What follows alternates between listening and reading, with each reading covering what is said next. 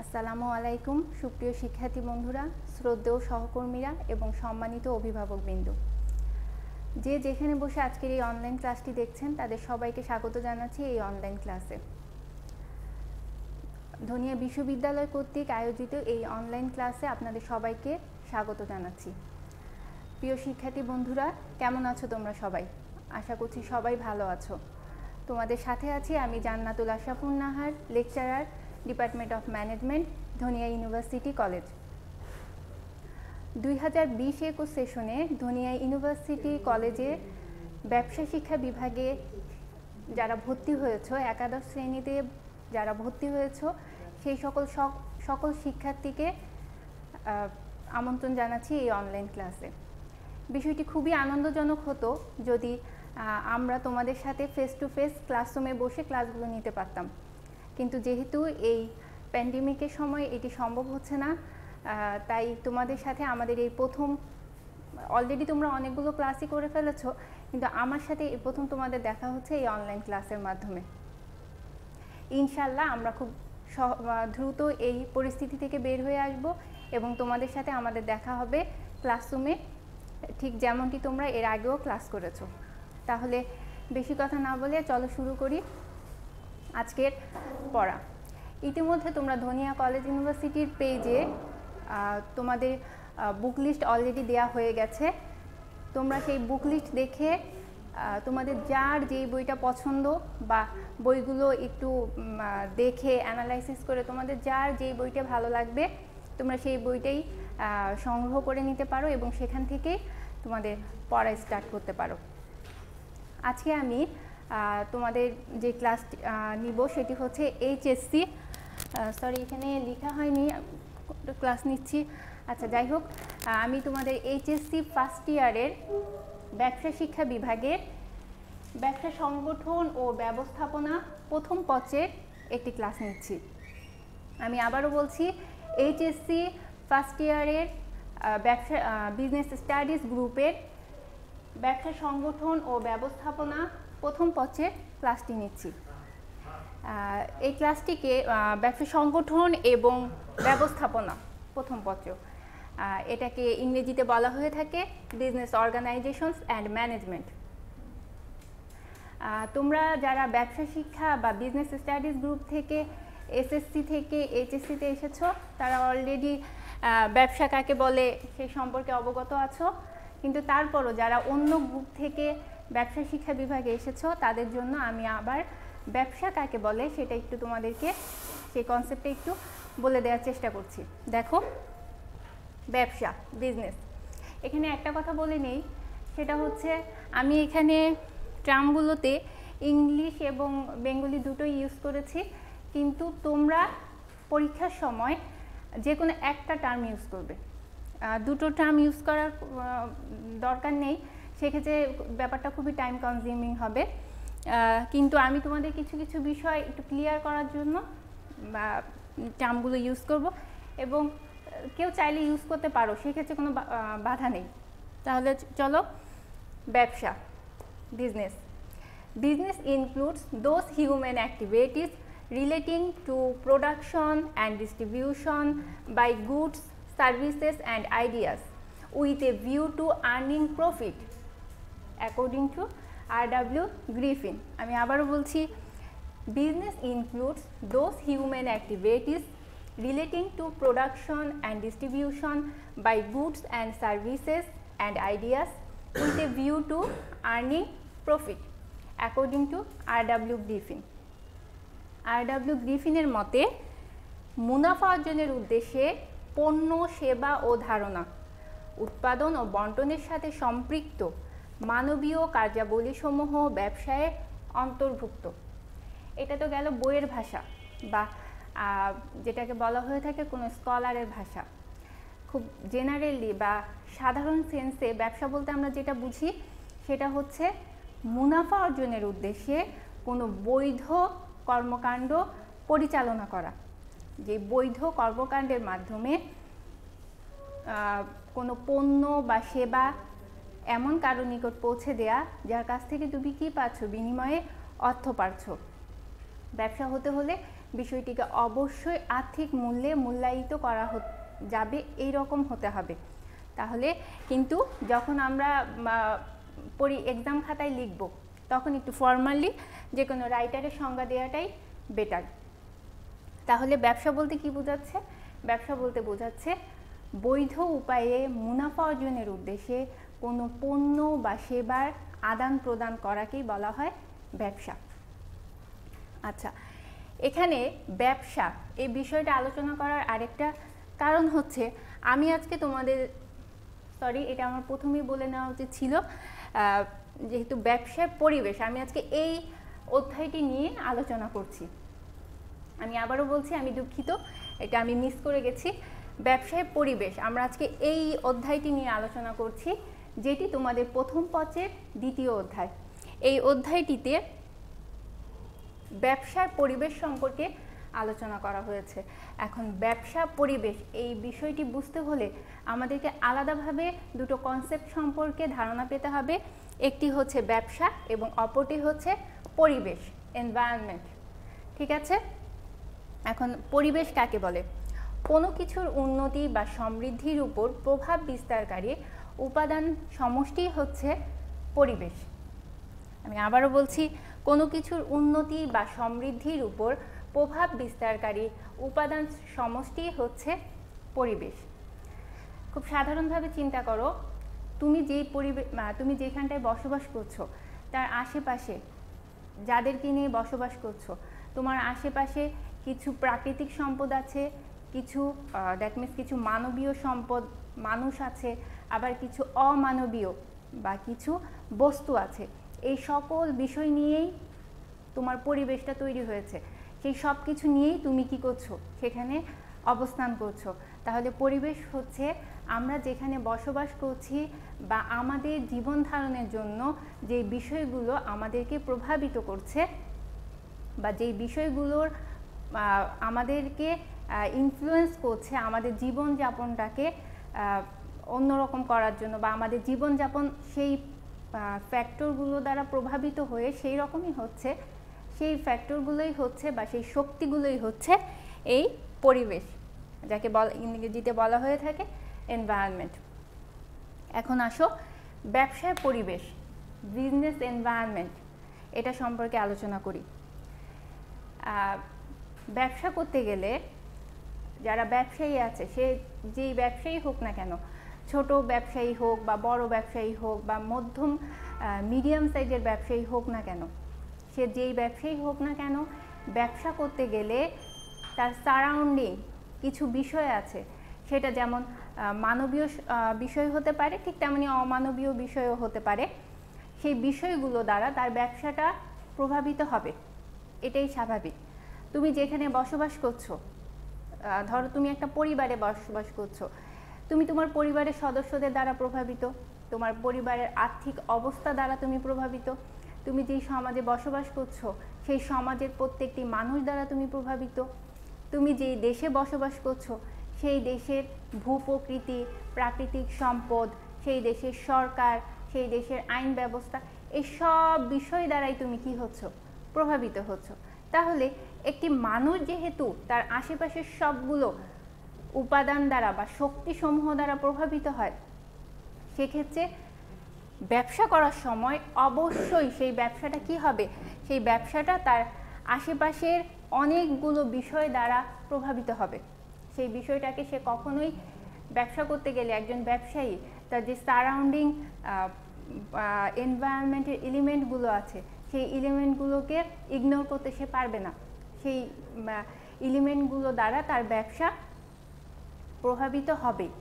ঠিক আছে, তাহলে আসো আগে জেনে নিই ব্যবসা পরিবেশ। Environment refers to institution or forces that are outside the organization and potentially affect the organization performance. Robbins and Cutler, according to, আবারও বলছি, according to Robbins and Cutler এর মতে environment refers to institution or forces that are outside the organization and potentially affect the organization performance. অর্থাৎ বাহ্যিক যেসব শক্তি প্রতিষ্ঠানের কার্যাবলীকে প্রভাবিত করে সেসব উপাদান শক্তিকে বলা হয় প্রাতিষ্ঠানিক পরিবেশ। আবারও বলছি, বাহ্যিক যেসব শক্তি প্রতিষ্ঠানের কার্যাবলীকে প্রভাবিত করে সেসব উপাদান বা শক্তিকে বলা হয় প্রাতিষ্ঠানিক পরিবেশ। দ্যাট মিনস তুমি যখন ব্যবসা করতে যাবে, সেই ব্যবসা করার সময় প্রাকৃতিক পরিবেশ, সামাজিক পরিবেশ, রাজনৈতিক পরিবেশ, অর্থনৈতিক পরিবেশ ইত্যাদি বিভিন্ন বিষয় দ্বারা তোমার ব্যবসাটা প্রভাবিত হবে। ব্যবসায়ী হিসেবে তুমি নিজেও সেই প্রভাব থেকে মুক্ত নয়, তুমিও সেটার মধ্যে একটু প্রভাবিত হবে। ঠিক আছে, তাহলে ব্যবসা করতে গেলে যেই এলিমেন্টগুলো বা যেই উপাদানগুলো তোমার ব্যবসাকে প্রভাবিত করবে বা যেই উপাদানগুলোর জন্য তোমার ব্যবসা সফল হতে পারে, আবার নাও হতে পারে, আবার তোমার ব্যবসা সফল এবং ব্যর্থ এই দুটোর মাঝামাঝিতেও থাকতে পারে। ঠিক আছে, এই সবগুলো উপাদান নিয়েই তৈরি হবে কি ব্যবসার পরিবেশ। ব্যবসায়ের আকার, ব্যবসাটা কি ছোট না বড় না মাঝারি, ব্যবসায়ের আকার, ব্যবসায়ের আয়তন, ব্যবসায়ের উদ্দেশ্য, কোন উদ্দেশ্যে ব্যবসা করছে, তার ব্যবসায়ের ধরনটা কী রকম ইত্যাদির উপর ডিপেন্ড করে সে যে পরিবেশে যেই উপাদানগুলো দ্বারা প্রভাবিত হচ্ছে তা একটু ভ্যারি করে। ঠিক আছে, কিন্তু মোস্ট অফ দ্য টাইম ব্যবসা করতে গেলে যিনি ব্যবসায়ী আছেন তিনি পরিবেশের কমন কিছু এলিমেন্ট দ্বারা প্রভাবিত হয়। সেই এলিমেন্টগুলোকে একত্রে বলা হয়ে থাকে ব্যবসায় পরিবেশের উপাদানসমূহ। ঠিক আছে, এখন দেখো এখানে আমি বলে দিয়েছি ব্যবসায় পরিবেশের বিভিন্ন উপাদান, এলিমেন্টস অফ বিজনেস এনভায়রনমেন্ট। আবারও বলছি, ব্যবসায় পরিবেশের বিভিন্ন উপাদান, এলিমেন্টস অফ বিজনেস এনভায়রনমেন্ট। ঠিক আছে, ব্যবসা করার সময় বিভিন্ন প্রাকৃতিক, অর্থনৈতিক, সামাজিক, সাংস্কৃতিক, ধর্মীয়, রাজনৈতিক, আইনগত, প্রযুক্তিগত ইত্যাদি বিভিন্ন বিষয় দ্বারা মানুষের ব্যবসাটা প্রভাবিত হবে এবং এই সবগুলো উপাদানের সমন্বয়ে তৈরি হবে ব্যবসায় পরিবেশ। এখানে একটা কথা বলে নিচ্ছি, সেটা হচ্ছে তোমরা যেই রাইটারের বই ফলো করো না কেন, সেই রাইটারের বইতেই তোমরা দেখতে পাবে যে ব্যবসায় পরিবেশ অধ্যায়ের এই যে কোশ্চেনটি, ব্যবসায় পরিবেশের বিভিন্ন উপাদান। ঠিক আছে, ব্যবসায় পরিবেশের বিভিন্ন উপাদান, যেই উপাদানগুলো রয়েছে, যেমন ধরো প্রাকৃতিক পরিবেশ, অর্থনৈতিক, সামাজিক ও সাংস্কৃতিক পরিবেশ, এগুলোর আন্ডারে কিছু সাব পয়েন্ট আছে বা কিছু ধরো প্রাকৃতিক পরিবেশ, তার আন্ডারে আবার কিছু প্রকৃতির কিছু উপাদান আছে। এই বিষয়গুলো এই যে যেমন ধরো ভূপ্রকৃতি, জলবায়ু, নদ নদী, একটু পরে আমি আরও ক্লিয়ার করে বলছি, কিন্তু তার আগে এটা বলে নিচ্ছি, এই যে উপাদানগুলো আছে এগুলো অবশ্যই খুব ভালোভাবে পড়তে হবে, কারণ তোমাদের যে সৃজনশীল কোশ্চেন হবে সেই সৃজনশীল কোশ্চেনের মধ্যে হয়তো একটা উদ্দীপক তুলে দিয়ে বলে দিতে পারে যে এটা পরিবেশের কোন উপাদানের অন্তর্ভুক্ত। ঠিক আছে, এবং আরেকটা যেটা বেশি ইম্পর্টেন্ট সেটা হচ্ছে এখান থেকে তোমরা এমসিকিউ পাওয়ার সম্ভাবনা খুবই বেশি, কারণ হচ্ছে তোমাদের বিভিন্ন ধরো এভাবে বলে দিল ভূপ্রকৃতি, এটা কোন পরিবেশের কোন উপাদানের অন্তর্ভুক্ত। ঠিক আছে, এখন চলো তাহলে আমরা এগুলো সম্পর্কে ডিটেলস জেনে নিই। আচ্ছা, প্রথমে বলা আছে ব্যবসায় পরিবেশের বিভিন্ন উপাদান। অ্যাজ ইউজুয়ালি বা নর্মালি ব্যবসা পরিবেশে যেই উপাদানসমূহ রয়েছে সেই উপাদানগুলোকে বিভিন্ন রাইটারের বইতে বিভিন্ন ভাগে বিভক্ত করা হয়েছে। আজকে আমি তোমাদের এই ব্যবসা পরিবেশে যে উপাদানগুলো নিয়ে আলোচনা করব, সেখানে আমি তোমাদের 7টি উপাদান নিয়ে আলোচনা করব। তোমরা বিভিন্ন রাইটারের বই থেকে সেই উপাদানগুলো তোমাদের পছন্দ অনুযায়ী বুঝে নিও। আমি তোমাদেরকে এখন একটা ধারণা দিয়ে দিচ্ছি এবং তারপরে তোমাদের কাজ হবে বই দেখে আরও বেশি ক্লিয়ার হয়ে নেওয়া। ওকে, তাহলে শুরু করি। দেখো, প্রাকৃতিক পরিবেশ, ন্যাচারাল এনভায়রনমেন্ট। প্রাকৃতিক পরিবেশটা কি? প্রাকৃতিক পরিবেশ বলতে বোঝাচ্ছে কোনো দেশ, ঠিক আছে, কোনো দেশ যে প্রাকৃতিক উপাদানের সমন্বয়ে সেখানকার প্রাকৃতিক পরিবেশ গড়ে ওঠে। আবারও বলছি, কোনো দেশের যে প্রাকৃতিক সম্পদসমূহ রয়েছে বা যে প্রাকৃতিক উপাদানসমূহ রয়েছে, সেই প্রাকৃতিক উপাদানসমূহ নিয়ে তৈরি হয়ে থাকে সেখানকার প্রাকৃতিক পরিবেশ। ঠিক আছে, এখন এই প্রাকৃতিক পরিবেশের মধ্যে কিছু উপাদান রয়েছে। সেই উপাদানগুলো কি দেখো, প্রথমেই বলা আছে ভূপ্রকৃতি। এক একটা দেশের প্রকৃতি এক এক রকম হবে। যেমন ধরো বাংলাদেশের প্রাকৃতিক ন্যাচারাল বিউটি বলো বা আমাদের প্রাকৃতিক যে নিয়ম কানুন বা আমাদের যে প্রকৃতি সেটা একটু অন্যরকম। আবার যেমন ধরো সৌদি আরবেরটা একটু অন্যরকম, আবার ইন্ডিয়া, আমেরিকা, কানাডা, অস্ট্রেলিয়া, এক একটা দেশের সাথে আরেকটা দেশের ভূপ্রকৃতিগত মিল খুব হালকা লাইটলি পাওয়া যায়, একদম সেম টু সেম সেই রকম পাওয়া যায় না। ঠিক আছে, এই ভূপ্রকৃতির কারণে বা ভূপ্রকৃতিগত পরিবর্তনের কারণে যে কোনো দেশের ব্যবসা বাণিজ্যের মধ্যে ব্যাপক পরিবর্তন লক্ষ্য করা যায়। যেমন বাংলাদেশের আবহাওয়া কি, বাংলাদেশের আবহাওয়া হচ্ছে নাতিশীতোষ্ণ। এই নাতিশীতোষ্ণ ওয়েদারের কারণে আমাদের এখানে ব্যবসা বাণিজ্য করার ক্ষেত্রে আমরা খুবই ফ্যাসিলিটি পাই। যেমন আমাদের দেশে খুব বেশি ঠান্ডাও না, আবার খুব বেশি গরমও না, আমরা হচ্ছে দুটোর মাঝামাঝি অবস্থান করছি। এই মাঝামাঝি অবস্থান করার কারণে আমাদের ব্যবসা বাণিজ্যগুলো একটু মানে ব্যবসা বাণিজ্য করার ক্ষেত্রে আমরা একটু ভালো করতে পারি, এবং যদি সেটাকে আমরা আমাদের ভালোভাবে কাজে লাগাতে পারি। যেমন ধরো শীতের সময় আমরা শীতকালীন যে কোনো ব্যবসা করতে পারছি, আবার গরমের সময় বা গ্রীষ্মকালে যেই গ্রীষ্মকালীন সবজি বলো বা গ্রীষ্মকালীন যে প্রোডাক্টগুলো আছে সেগুলো নিয়ে আমরা আমাদের ব্যবসা বাণিজ্য করতে পারছি। ঠিক আছে, আবার ঠিক যেমন ধরো সৌদি আরবের যে ওয়েদার, সেই ওয়েদারের কারণে সেখানে কি হচ্ছে, খেজুর খুব ভালো হচ্ছে। এখন বাংলাদেশে কি খেজুর হচ্ছে না? হচ্ছে, বাংলাদেশেও খেজুর হচ্ছে, কিন্তু বাংলাদেশের খেজুরের তুলনায় সৌদি আরবের খেজুরটা খুব বেশি বেটার।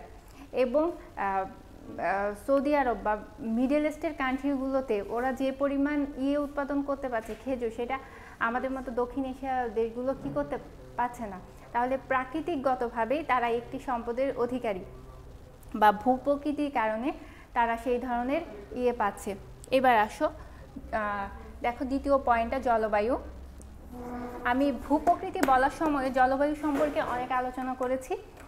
জলবায়ুটা হচ্ছে এক এক দেশের জলবায়ু এক এক রকম হবে, এবং সেই জলবায়ুগত পরিবর্তনের কারণে বা জলবায়ুগত ভিন্নতার কারণে এক এক দেশ এক একটা সম্পদের দিকে কি হয়ে যাবে, অগ্রসর হবে। যেমন ধরো বাংলাদেশ পাট শিল্পে কিন্তু খুব উন্নত। আমরা পাট উৎপাদন করে পাটজাত দ্রব্য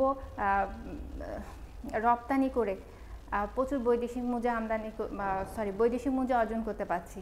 ঠিক আছে, ঠিক তেমনি অন্যান্য দেশগুলো তাদের এই জলবায়ুর কারণে বা এই বেনিফিটগুলোর কারণে তারা বিভিন্ন রকম সুযোগ সুবিধা পাচ্ছে বা বিভিন্ন ধরনের ব্যবসা বাণিজ্যের প্রতি ধাবিত হচ্ছে। এবার 3 নম্বর পয়েন্টে দেখো নদ নদী। যে কোনো দেশে এই নদ নদী অনেক দেশে আছে যাদের বিজনেসগুলো বা ব্যবসা বাণিজ্যগুলো এইরকম নদ নদীর সাথে রিলেটেড, বা নদ নদী থাকার কারণে তারা একটু তাদের ব্যবসার ধরনটা একটু অন্যরকম হচ্ছে। যেমন ধরো বাংলাদেশের চট্টগ্রাম বন্দর, মংলা ইত্যাদি নদী বন্দর, এই নদী বন্দরগুলোর কারণে কি হচ্ছে, আমাদের ব্যবসা বাণিজ্যে অনেক বেশি প্রভাবিত হচ্ছে। নদী পথে আমরা অনেক পণ্য আমদানিও করতে পারছি এবং নদী পথে আমরা অনেক পণ্য রপ্তানিও করতে পারছি। তাহলে এই নদ নদী আমাদের কি করছে, আমাদের ব্যবসা বাণিজ্যকে যেভাবে প্রভাবিত করছে ঠিক তেমনি আমাদের ব্যবসা বাণিজ্যকে ত্বরান্বিতও করছে। এছাড়াও বিভিন্ন দেশে যেমন ধরো জাপান, চীন, ওদের দেশে যে বড় বড় নদীগুলো আছে সেই নদীগুলো কি করতে পারছে, তাদের ব্যবসা বাণিজ্যকে প্রভাবিত করছে। এখানে একটি কথা না বললেই নয়, সেটি হচ্ছে যেমন ধরো নদ নদীর ক্ষেত্রে বাংলাদেশে যে পদ্মার ইলিশ, সেই পদ্মার ইলিশেই কিন্তু বিভিন্ন দেশে খুব ডিমান্ড। ঠিক আছে, তাহলে দেখো এই নদ নদীর কারণে আমরা একটি ফ্যাসিলিটি পাচ্ছি, সেটা কি, সেটা হচ্ছে পদ্মা নদীর ইলিশ। ওকে, এবার দেখো 4 নম্বর পয়েন্টটাতে বলা আছে প্রাকৃতিক সম্পদ সৃষ্টিকর্তা প্রদত্ত বিভিন্ন দেশ বিভিন্ন প্রাকৃতিক সম্পদের অধিকারী হয়ে থাকে। এখন কখনোই সেটা আমি কখনোই এক দেশে বসবাস করে তুমি অন্য দেশকে বলতে পারবে না যে সে ওই সম্পদের অধিকারী কেন হলো, আমি কেন হলাম না, আমিও এটা করব, এটা বলা সম্ভব না। এটা সৃষ্টিকর্তা প্রদত্ত। আমরা বিভিন্ন দেশের জনগণ বা বিভিন্ন দেশ বিভিন্ন প্রাকৃতিক সম্পদে সমৃদ্ধশালী হয়ে আছে। এমনও হতে পারে বাংলাদেশে একটা জিনিস খুব বেশি হচ্ছে সেটা অন্য কান্ট্রিতে হচ্ছে না, বা অন্য কান্ট্রিতে খুব বেশি পরিমাণে হচ্ছে যেটা আমাদের দেশে হচ্ছে না। এই প্রাকৃতিক সম্পদকে বেস করেও কিন্তু অনেক দেশে ব্যবসা বাণিজ্য গড়ে উঠছে। এখানে একটি উদাহরণ না দিলেই নয়, সেটি হচ্ছে মিডল ইস্টের কান্ট্রিগুলোতে। মিডল ইস্টের কান্ট্রিগুলোতে কিন্তু পেট্রোলিয়ামের যে উৎপাদন বা ওদের যে মেইন ব্যবসা বাণিজ্য বা বিজনেস সেগুলো গড়ে উঠেছে কাকে কেন্দ্র করে? এই পেট্রোলিয়ামকে কেন্দ্র করে। যেমন ধরো তোমার ইরাক, তারপরে ইরাক আছে, তারপরে হচ্ছে ইরাক, মিডল ইস্টের কান্ট্রিগুলোর মধ্যে আছে ইরাক, তারপরে হচ্ছে ধরো সৌদি আরব, ঠিক আছে, ইত্যাদি। এখন দেখো এই প্রাকৃতিক সম্পদের আরও বেশ কিছু উজ্জ্বল উদাহরণ আছে। সেটা হচ্ছে যেমন ধরো দুবাই কান্ট্রিটা, ঠিক আছে, এই যে দুবাই কিন্তু পর্যটন শিল্পের জন্য খুবই ভালো একটি স্থান। পর্যটন ওদের এই দুবাই শহরটি তাদের পর্যটন শিল্পকে অনেকটুকু এগিয়ে নিয়ে গেছে। তার কারণ কি? তার কারণ হচ্ছে ওদের যে ন্যাচারাল বিউটি বা ওদের যে প্রাকৃতিক সম্পদগুলো রয়েছে বা ওদের প্রকৃতিগতভাবে প্রদত্ত যেই সৌন্দর্যটা আছে সেটাকে ওরা কি করছে? পর্যটন শিল্প হিসেবে ব্যবহার করছে। প্রতি বছর বিভিন্ন দেশ থেকে লাখ লাখ মানুষ দুবাইতে কি করে? তাদের ছুটি কাটাতে যায়, এবং যখন সেটা ছুটি কাটাতে যায় তখন অবশ্যই তারা কি হচ্ছে? দুবাইটা আর্থিকভাবে লাভবান হচ্ছে, ঠিক আছে। তাহলে এখানে কি দেখতে পেলাম? যে প্রাকৃতিকের পরিবেশে যে উপাদানগুলো রয়েছে অর্থাৎ ভূপ্রকৃতি, জলবায়ু, নদ নদী, প্রাকৃতিক সম্পদ এক্সেট্রা, এগুলো সবগুলো কি করে? যে কোনো দেশের ব্যবসা বাণিজ্যকে খুব বেশি প্রভাবিত করে। এই প্রাকৃতিক সম্পদের কারণেই এক একটি দেশ এক একটা জিনিসকে কেন্দ্র করে তাদের ব্যবসা বাণিজ্যটাকে কি করে? গড়ে তোলে এবং সমৃদ্ধশালী হয়, ঠিক আছে। তোমাদের বইতে এখানে প্রাকৃতিক পরিবেশে আরও বেশ কিছু উপাদান সম্পর্কে আলোচনা করা আছে, কিন্তু যেহেতু সময় স্বল্পতা এবং একটি লাইভ ক্লাস হচ্ছে সেহেতু এখানে সবগুলো পয়েন্ট ধরে ধরে আলোচনা করা সম্ভব নয়। আশা করছি এটা তোমরা বুঝতেই পারবে, কারণ এখানে আমাকে এখনও অনেকগুলো পয়েন্ট সম্পর্কে আলোচনা করতে হবে, ঠিক আছে। তো তোমাদের কাজ হচ্ছে বাসায় অবশ্যই বই থেকে অন্যান্য যে উপাদানগুলো আছে সেগুলো একটু দেখে নেওয়া। এখন আসো 2 নম্বর, এটা বলেছে অর্থনৈতিক পরিবেশ, ইকোনমিক এনভায়রনমেন্ট, ঠিক আছে। অর্থনৈতিক পরিবেশ সাধারণভাবে বলা যায় অর্থনৈতিক উপাদানসমূহ নিয়েই তৈরি হয় কি? অর্থনৈতিক পরিবেশ। এখন অর্থনৈতিক পরিবেশের উপাদানসমূহ, এখন এই বিষয়টাতে যাওয়ার আগে অর্থনীতি বিষয়টা তোমাদের একটু জানতে হবে। দেখো, তুমি যেই ব্যবসায়ী হও না কেন, ছোট ব্যবসায়ী হও, বড় ব্যবসায়ী হও বা মাঝারি ব্যবসায়ী হও, যেই ব্যবসায়ী হও না কেন, ব্যবসা করার জন্য তোমাকে প্রাথমিক অবস্থায় তোমার পুঁজি লাগবে, তোমার বিনিয়োগ লাগবে। পুঁজি ছাড়া বা কোনো রকম ইনভেস্টমেন্ট ছাড়া তুমি কি করতে পারবে না? তোমার ব্যবসা করতে পারবে না। এখন সেটাই বলা হয়েছে যে বিভিন্ন কান্ট্রি, ঠিক আছে, বিভিন্ন কান্ট্রি তাদের বিভিন্নভাবে তাদের অর্থনৈতিকভাবে তারা অগ্রসর, এবং এই অর্থনৈতিক অগ্রসরতার কারণে তাদের যে অর্থনৈতিক পরিবেশে যে উপাদানসমূহ রয়েছে সেই উপাদানসমূহ তাদেরকে এমনভাবে এনরিচ করেছে, সেক্ষেত্রে তারা কি করতে পারছে? তাদের ব্যবসা বাণিজ্যটাকে এগিয়ে নিতে পারছে স্মুথলি, এবং সেটা হয়তো অন্য কান্ট্রিতে সম্ভব হচ্ছে না। এখানে কান্ট্রি টু কান্ট্রি অবশ্যই কি করছে? ভ্যারি করছে। এখন আসো অর্থনৈতিক পরিবেশের উপাদানসমূহ সম্পর্কে আলোচনা করি। প্রথমে দেখো সঞ্চয় ও বিনিয়োগ। সঞ্চয় এবং বিনিয়োগ, আচ্ছা, সঞ্চয় জিনিসটা কি? সঞ্চয় হচ্ছে আমরা যখন কোথাও টাকা পয়সার ধরো চাকরি করছি, আচ্ছা আমার উদাহরণই দিচ্ছি, ধরো আমি চাকরি করছি, এখন আমি চাকরি করে যে বেতনটা পাচ্ছি তার কিছু অংশ আমি আমার জীবন ধারণের জন্য ব্যয় করছি এবং কিছু অংশ আমি কি করছি, রেখে দিচ্ছি, সঞ্চয় করছি। তাহলে এই যে আমি যে সঞ্চয়টা করছি সেই সঞ্চয়টা আস্তে আস্তে যখন একটু বেশি পরিমাণে হবে তখন এই সঞ্চয়টাকে আমি কি করব, সেই সঞ্চয়টাকে আমি বিনিয়োগ করব, দ্যাট মিনস ইনভেস্ট করব। ইনভেস্ট করে আমি চাইলে যে কোনো ব্যবসা করার জন্য সুইফট করতে পারি বা যে কোনো ব্যবসায় ইনভলভ হতে পারি। ঠিক আছে, এখন মানুষের যদি সঞ্চয়ই না থাকে তাহলে সে ইনভেস্ট করবে কিভাবে? বিশ্বের বিভিন্ন কান্ট্রিতে মানুষের মাথাপিছু আয় কম। মাথাপিছু আয় কম বলতে বোঝাচ্ছে যে তাদের যে পরিমাণ আয় করছে তাদের জীবন ধারণের জন্য ঠিক সেই পরিমাণে খরচ হয়ে যাচ্ছে। এতে করে এক্সট্রা কোনো কিছুই তারা কি করতে পারছে না, সঞ্চয় হিসেবে জমা করতে পারছে না। এই সঞ্চয় হিসেবে জমা করতে না পারার কারণে তাদের কি হচ্ছে না, বিনিয়োগ হচ্ছে না। নর্মালি মানুষের জীবনযাপনই চলছে না, সেখানে ব্যবসা করবে কিভাবে, সঞ্চয়ই বা হবে কিভাবে, বিনিয়োগই বা হবে কিভাবে?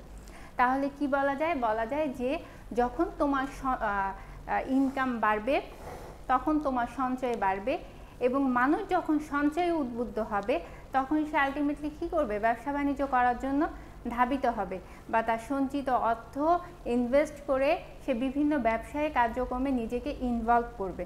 ঠিক আছে, বিভিন্ন কান্ট্রি যেমন ধরো ইউএসএ, ইউকে, ওরা কি করে, ওরা হচ্ছে ওদের ওইখানে ওদের যে আয় ডেইলি বেসিসে বলো বা সাপ্তাহিক বা মান্থলি যে আয়টা হয় সেই আয়টা এমন পরিমাণে হয় যে তারা সেখান থেকে কিছু অংশ সঞ্চয় করতে পারে এবং সেই সঞ্চয়টাকে পরবর্তীতে তারা ইনভেস্ট করে তাদের নিজেদেরকে বিভিন্ন ব্যবসায় ইনভলভ করে। এখন আসো 2 নম্বরটা বলেছে মূলধন। মূলধন কি?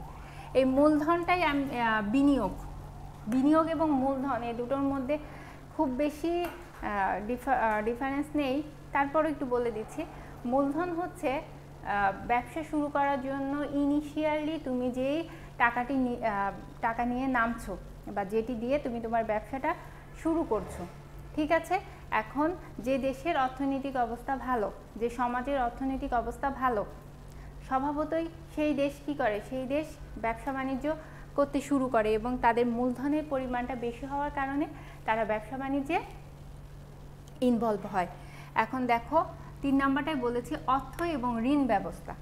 অর্থ এবং ঋণ ব্যবস্থা হচ্ছে সাধারণত বিভিন্ন দেশের প্রত্যেকটি দেশ তাদের সরকার পরিচালিত, প্রত্যেকটি দেশের সরকার তাদের দেশে যে ব্যবসায়ীগণ আছে তাদের জন্য বিভিন্ন রকম ঋণ সুবিধা প্রদান করে।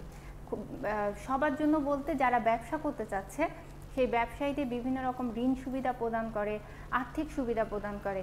যে দেশের এই ঋণ সুবিধা, আর্থিক সুবিধাগুলো ভালো সেই দেশের মানুষ কি করে, ব্যবসা বাণিজ্যে ইনভলভ হয়। দেখো 4 নম্বরটা বলা হয়েছে রাজস্ব আয়।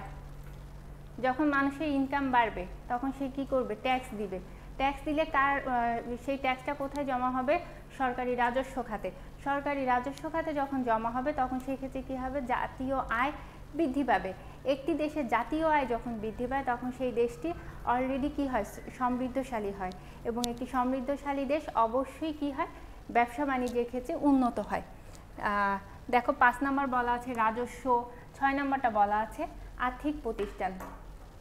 আমি 6 নম্বরটা নিয়ে আলোচনা করছি। আর্থিক প্রতিষ্ঠান, বিভিন্ন দেশে বিভিন্ন রকম আর্থিক প্রতিষ্ঠান সমূহ রয়েছে। সেই যেমন ধরো বাংলাদেশের উদাহরণই দিচ্ছি, যেমন ধরো তোমার বাংলাদেশের বিভিন্ন ব্যাংক সমূহ, বিভিন্ন বীমা কোম্পানি সমূহ, বিভিন্ন লিজিং কোম্পানিগুলো সমূহ, যেমন ধরো লঙ্কা বাংলা, তারপরে বিভিন্ন ব্যাংক, বাংলাদেশ ব্যাংক, অগ্রণী ব্যাংক, সোনালী ব্যাংক ইত্যাদি ব্যাংক। এদের কাজ কি? এদের কাজ হচ্ছে আর্থিক লেনদেন করা। শুধুমাত্র আর্থিক লেনদেনই নয়, যারা ব্যবসা বাণিজ্য করছে বা যারা ব্যবসার কাজে ইনভলভ আছে তাদেরকে আর্থিক সহযোগিতা করা ছাড়াও তারা কি করে, ব্যবসা বাণিজ্য সম্পর্কিত বিভিন্ন পরামর্শ প্রদান করে। ঠিক আছে, বিভিন্ন পরামর্শ প্রদান করে। তাহলে সেই ক্ষেত্রে কী হয়, যেই দেশে আর্থিক প্রতিষ্ঠানসমূহ যত বেশি সেই দেশের ব্যবসায়ীদের অনুকূলে থাকবে বা ব্যবসায়ীদেরকে সাপোর্ট করবে, সেই দেশ ব্যবসা বাণিজ্যে কী হবে, উন্নত হবে।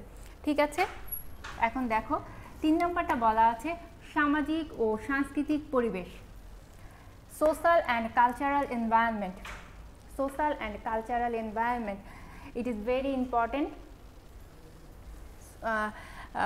সোশ্যাল অ্যান্ড কালচারাল এনভায়রনমেন্ট, আসলে এই জিনিসটা হচ্ছে সমাজের মানুষের সৃষ্টি কিছু উপাদান। ঠিক আছে, সমাজে মানুষের সৃষ্টি কিছু উপাদান নিয়েই তৈরি হবে কি, সামাজিক এবং সাংস্কৃতিক পরিবেশ। ঠিক আছে, এখন সামাজিক এবং সাংস্কৃতিক পরিবেশের অন্তর্ভুক্ত উপাদানগুলো কি কি দেখো। প্রথমটা বলা হয়েছে জনসংখ্যা। যে কোনো দেশের জনসংখ্যা শুধু যে সে দেশের জন্য অভিশাপ, সে কথাটা সবসময় ঠিক না। যে কোনো দেশের জনসংখ্যা সেই দেশের জন্য আশীর্বাদও হতে পারে যদি জনশক্তি কী হয়, যদি জনশক্তি দক্ষ হয়। ধরো একটা দেশে যে জনগণ, যে পরিমাণ জনগণ থাকবে, ধরো এটা হচ্ছে পুরো বাংলাদেশ, এবং বাংলাদেশের এই অংশে যত লোক আছে সব লোকগুলাই কি স্কিল ম্যান পাওয়ার, শিক্ষিত, তারা কি শিক্ষিত, দক্ষ। তাহলে এবং এই অংশ যারা আছে তারা হচ্ছে অদক্ষ, কিন্তু দেখো মেজর একটা পোর্শন কি দক্ষ, তারা শিক্ষিত এবং পাশাপাশি তারা দক্ষ, বিভিন্ন কাজে কর্মে তারা দক্ষ। তাহলে তারা কি করতে পারছে, এই যে বিশাল জনগোষ্ঠী, তারা আমার জন্য কখনোই কি না অভিশাপ না, তারা আমার জন্য আশীর্বাদ। কারণ এই দক্ষ জনগোষ্ঠী আমাকে কি করছে, দক্ষ জনগোষ্ঠী আমার বিজনেসকে সামনে নিয়ে যেতে বা আমার বিজনেসটাকে চালাতে সহযোগিতা করছে। ঠিক আছে, তারপরে দেখো জাতি। এই জাতিটা কি, এক একটা জাতি সাধারণত এক এক রকম হয়ে থাকে। কোনো জাতি শিক্ষিত হয়, কোনো জাতি কর্মঠ হয়, কোনো জাতি বুদ্ধিমত্তার দিক থেকে এগিয়ে যায়। এই বুদ্ধিমত্তার দিক থেকে এগিয়ে যাওয়া জাতি বা শিক্ষিত জাতি, কর্মঠ জাতি, তারা কি করতে পারে, জীবনে যে কোনো ক্ষেত্রে তো আছেই, ব্যবসা বাণিজ্যের ক্ষেত্রে খুব বেশি উন্নতি করতে পারে। এখন দেখো তারপরে বলেছে শিক্ষা প্রতিষ্ঠান। ঠিক আছে, যে কোনো সমাজে সেই জনসংখ্যা বা সেই দেশের মানুষকে দক্ষ জনশক্তি হিসেবে গড়ে তোলার ক্ষেত্রে সেই দেশের শিক্ষা প্রতিষ্ঠান খুবই গুরুত্বপূর্ণ একটি ভূমিকা পালন করে। যেই দেশের শিক্ষা প্রতিষ্ঠান যত বেশি উন্নত, যেই দেশের শিক্ষা ব্যবস্থা যত বেশি ভালো, সেই দেশের জনগণ ব্যবসা বাণিজ্য গবেষণা বলো যে কোনো ক্ষেত্রে কি করে এগিয়ে যায়। তাহলে এই শিক্ষা প্রতিষ্ঠান তোমার ব্যবসা বাণিজ্যকেও কি করে, অবশ্যই প্রভাবিত করে। উদাহরণস্বরূপ বলতে পারি যে ইউকে, লন্ডনে কিন্তু প্রতি বছর বিভিন্ন দেশ থেকে বিভিন্ন শিক্ষার্থীরা পড়াশোনার জন্য যায়। কেন যায়, কারণ তাদের শিক্ষা ব্যবস্থাটা ভালো, অন্যান্য কান্ট্রিগুলোর তুলনায় তাদের শিক্ষা ব্যবস্থাটা ভালো, এবং এই ভালো হওয়ার কারণেই তাদের শিক্ষা প্রতিষ্ঠানগুলোতে প্রতি বছর শিক্ষার্থী অ্যাডমিট হচ্ছে, এবং সেক্ষেত্রে লন্ডন কী করছে, তাদের কাছ থেকে একটি মুনাফা পাচ্ছে। ঠিক আছে, তারপরে দেখো সামাজিক মূল্যবোধ। আমি একটু সুইফটলি করছি কারণ সময় শেষের পথে। সামাজিক মূল্যবোধ বলতে বোঝাচ্ছে যে এক এক সমাজের, এক এক দেশের, এক এক সমাজ এক এক তাদের মূল্যবোধ। এক সমাজে যেটা, এক দেশে যেটা ভালো আরেক দেশে সেটা ভালো নয়, এক সমাজে যেটা গ্রহণযোগ্য আরেক সমাজে সেটা গ্রহণযোগ্য নয়। এই বিভিন্ন বিষয় নিয়ে তৈরি হয় সামাজিক মূল্যবোধ। সামাজিক মূল্যবোধ অবশ্যই কী করবে, তোমার ব্যবসা বাণিজ্যকে প্রভাবিত করবে। যেমন ধরো আমরা যারা বাঙালিরা আছে, আমাদের কৃষ্টি কালচার একরকম, আমেরিকায় যাও তাদের কৃষ্টি কালচার একরকম, তাহলে আমাদের সামাজিক মূল্যবোধটাও কি, আমাদের সামাজিক মূল্যবোধটাও ভিন্ন। এই ভিন্নতার কারণে কিন্তু আমরা ব্যবসা বাণিজ্যের দিক থেকেও বিভিন্ন রেজাল্ট দেখতে পাচ্ছি। তারপরে দেখো ঐতিহ্য, ভাষা। এক এক দেশের এক একটা ঐতিহ্য, এক এক দেশ তার এক এক ঐতিহ্যকে সামনে রেখে কি করে থাকে, ব্যবসা বাণিজ্য করে থাকে। যেমন ধরো তো বাংলাদেশে যে পহেলা বৈশাখ বা নববর্ষ যেভাবে উদযাপন করা হয়, অন্যান্য কান্ট্রিগুলোতে কি করা হয়, 31st করা হয়, তাই না? তাহলে এই যে নববর্ষের সময় কিন্তু বাংলাদেশের মতো দেশগুলোতে কিন্তু খুব বেশি মানে ব্যবসা বাণিজ্য প্রসার লাভ করে, বা এটাকে ঘিরেও অনেক ব্যবসা বাণিজ্য গড়ে ওঠে। তাহলে কি বলা যায় যে ঐতিহ্যগত কারণে বিভিন্ন দেশের ঐতিহ্যগত ভিন্নতাও তাদের ব্যবসা বাণিজ্যের মধ্যে ভিন্নতা আনে। ঠিক আছে। এবং এই ঐতিহ্য অবশ্যই ব্যবসা বাণিজ্যকে কী করবে, প্রভাবিত করবে। এখন আসো ধর্মীয় পরিবেশ। ধর্মীয় পরিবেশ it is a very important. দেখো ধর্মীয় পরিবেশ বিভিন্ন ধর্মীয় উপাদানসমূহ নিয়েই তৈরি হয়। আমি এগুলো আলাদা আলাদা আলোচনা না করে একবারে আলোচনা করে দিচ্ছি।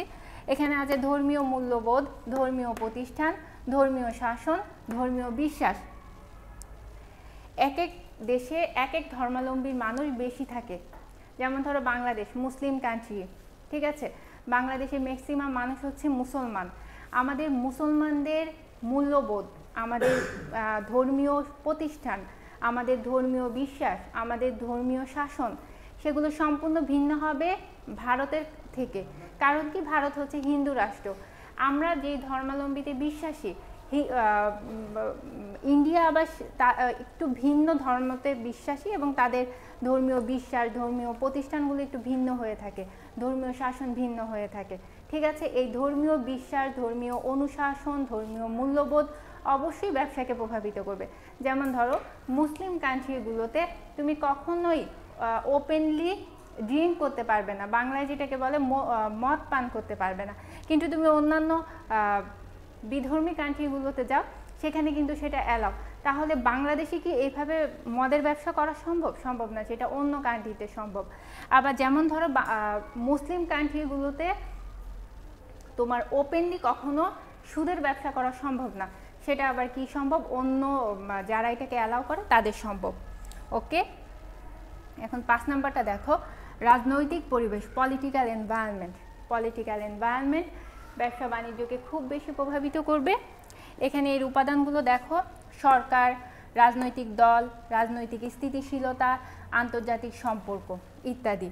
সরকার, একটা দেশের সরকার ব্যবস্থা যত বেশি ব্যবসায়ীদের অনুকূলে থাকবে তত বেশি ব্যবসা সফলতার মুখ দেখবে, এবং যত বেশি প্রতিকূলে থাকবে তত বেশি ব্যবসা করার ক্ষেত্রে কী হবে, প্রবলেম হবে।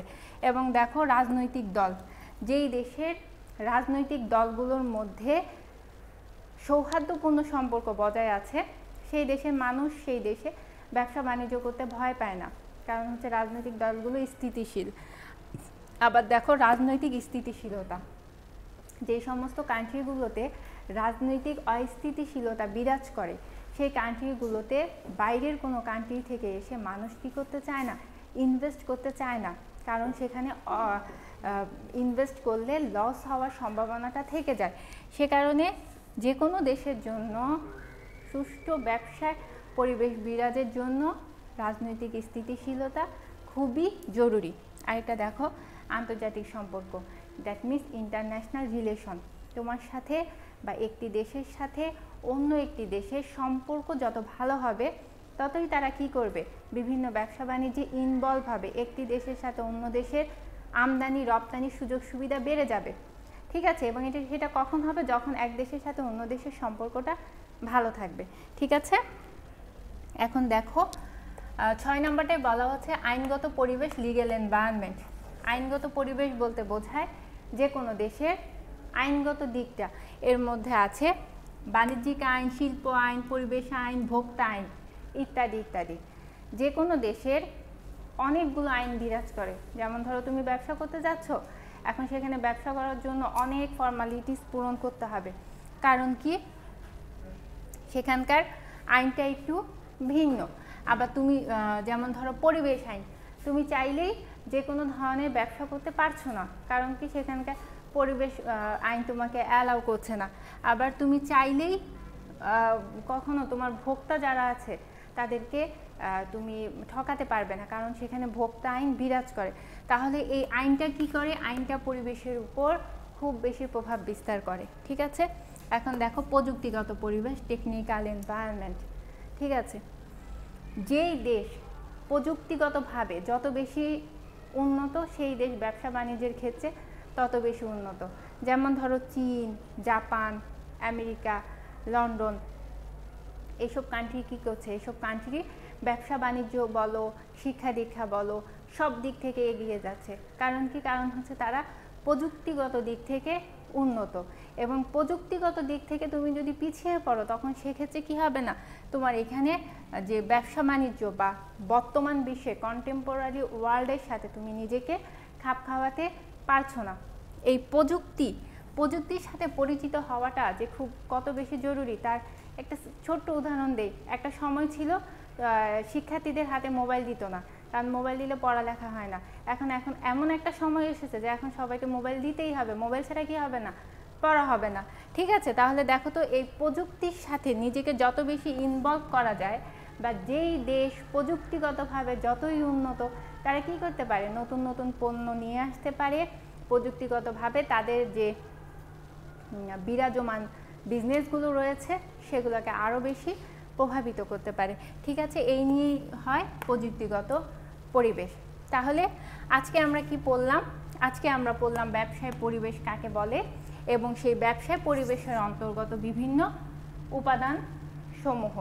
ঠিক আছে, এখন তোমাদের কাজ হবে বই থেকে এগুলো সম্পর্কে আরও ডিটেলসে পড়া। যেই বই ফলো করো না কেন সেই বই থেকেই চেষ্টা করবে এগুলো আরও ভালোভাবে ডিটেলসে বুঝে নিতে। সময় স্বল্পতার কারণে তোমাদের হয়তো